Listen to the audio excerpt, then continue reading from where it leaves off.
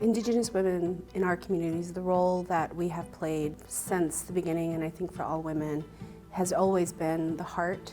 Today, the story is still true for most Native women, is that we are the breadwinners, we are the head of household, we are the knowledge sharers and the knowledge keepers. We're the backbones of our communities. And so that responsibility is something you grow up with. Ya'at'e, I am Ahsaki LaFrance-Chachere, founder CEO of Ashi-Beauty. Ashi in the Navajo means this is me, this is mine. When you say Ashi-Beauty together, you're saying this is my beauty. Over the last 500 years through colonization, we have lost how that balance of where women in leadership and that role that we play is so critical. Indigenous women have not only been overlooked purposefully, but we've been invisibilized in the stories. We're seeing the inequities that are existing. We're seeing the ever-growing racial wealth gaps. If we're all experiencing these things, what does it mean to collectively come together to solve those things? How do I break that cycle? How do I break this generational curse? Native Women Lead was founded by 8 Indigenous women who were looking for community, to be with one another. Where do we start to center women so that they can make the right choices and have the self-determination and agency to do it? Entrepreneurship is the pathway we have chosen to address the systemic issues that are happening. I'm so happy that we're all here meeting together, and this is such a great moment. For all you awesome other ladies, here, our Native women entrepreneurs, thank you for inspiring me to these levels as well. Appreciate you.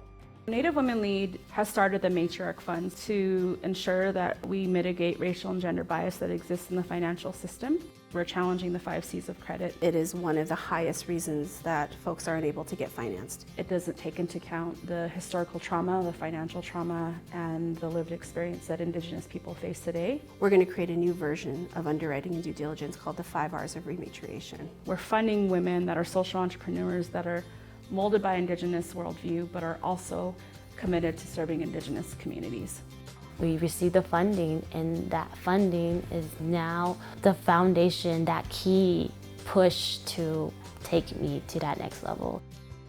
We give one-to-one business coaching, we give access to technology, we also give access to the community of entrepreneurs. And having a strong group of women that see exactly what I'm doing, that support me, and believe in the vision that I have. I know they got my back. When you speak to any one of them, none of them talk about why they create the company for trying to become wealthy.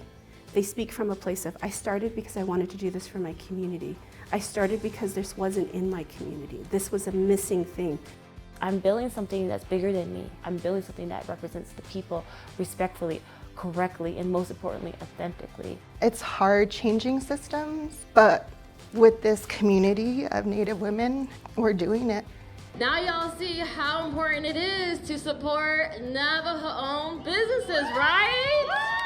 We didn't realize how fast this movement would grow. But what we have seen is that the community members in the network, the entrepreneurs themselves, partner with one another. They have built a different relationship with not only capital institutions and financial institutions, but they understand what they're worth in a different way.